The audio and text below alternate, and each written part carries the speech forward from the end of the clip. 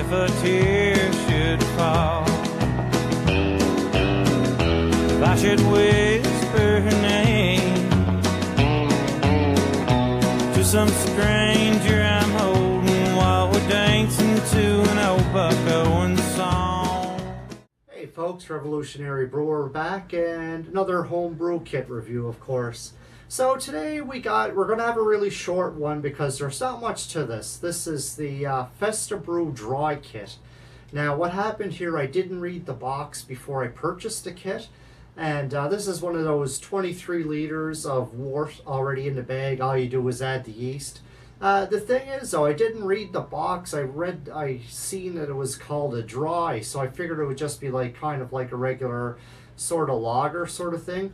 But this is actually a clone of the Ultra Lite beers, like those Michelob Ultra Lights and the you know, the Molson 67s, low calorie, low carb, low taste, low everything beers. So, but I'm not going to let it go to waste. So this is my last one. I've actually went ahead and went right through them, so I already know what they taste like, but I'm going to open it up, give it a pour, and we'll give it a review and we'll see what happens. So I'm going to do a quick little review and then we'll have a little talk afterwards about where the channel here is actually going to be heading in the future. So let's give it a pop. And I lightly carbonated this one after I found out what it was, because you know, if you go to a bar and get a Coors Ultra Lite or whatever, you know, there's not much head on it, but there's still, I think this is pretty close. I think I brewed it pretty close to what it was supposed to be. We'll give it a pretty aggressive pour and see what we got. Still not a great head. I probably could have carbonated it a bit better. But as you can see, it's crystal clear here. The bubbles are going through it. Maybe a baby finger head or something like that. But, and look at the color on it. It would be just like if you walked into your favorite sports bar and ordered a Coors Light. So, but as with anything, the proof, I always say, is in the taste. So let's see what we got.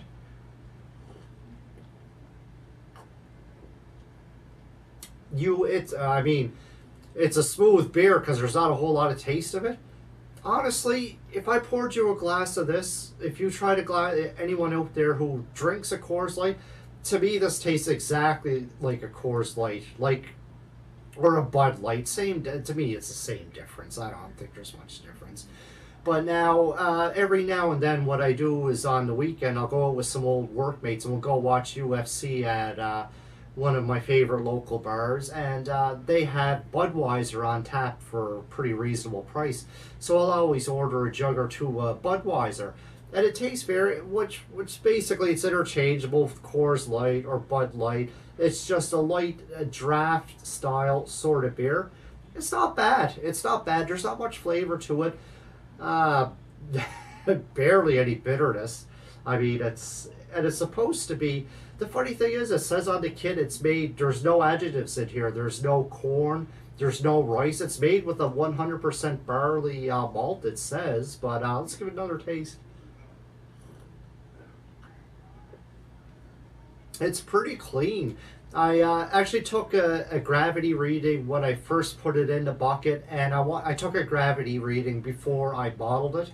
I wanted to make sure it got up to at least 4%, and this came in at 4.1%. That's what the final alcohol content of this beer is. So it's a nice light beer. You could drink a dozen of them and then probably go to work or something.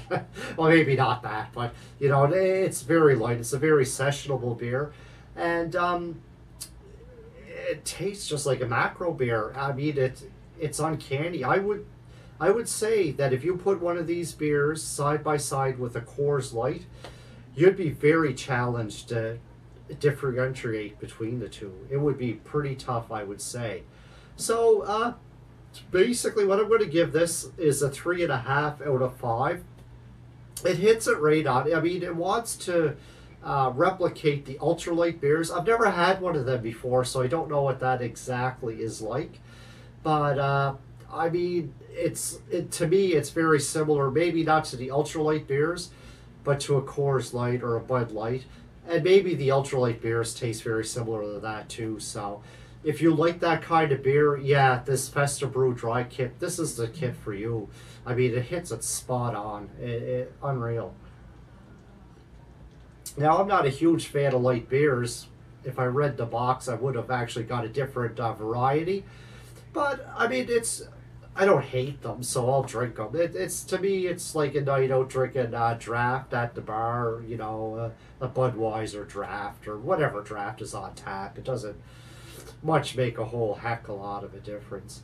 But I'm going to give this a solid 3.5. I mean, the Festa brews, if you want to knock out a brew nice and easy, all you do is open up the bag, pour it in a fermenter, add the yeast, put it away for a couple of weeks and forget about it, then bottle it.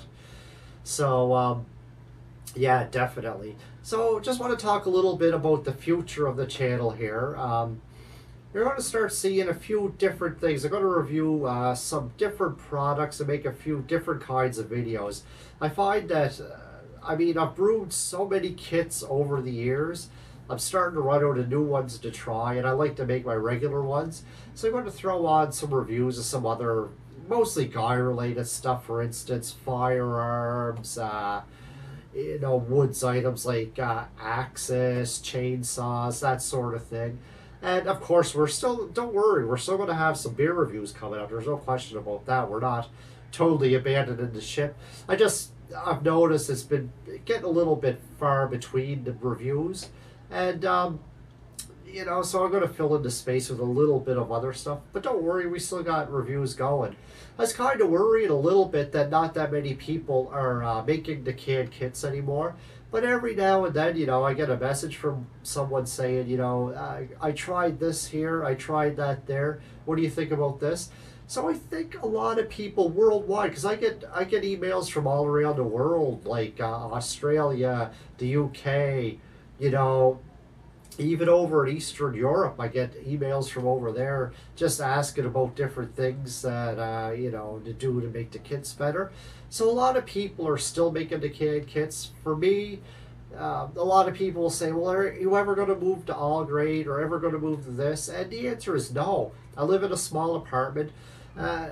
Craig Tube addressed this beautifully many times. And I brew for the same reason as he does. We both live in Canada. And we don't want to pay crazy prices for beer. And I just want to make a good quality beer for a good price, as simple as possible. And I love the canned kits. I love the results it gives me. Don't get me wrong, I love all grade too, but I don't want to put that much work into it. I just want to make simple beer that tastes good. And I drink a lot of beer, so I want to keep it moving.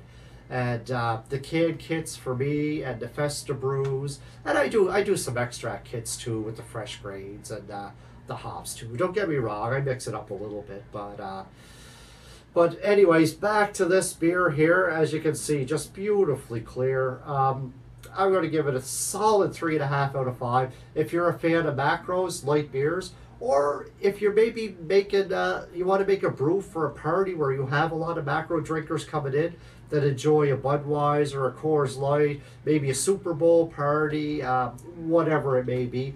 This would be a great kit just to throw on, knock it off.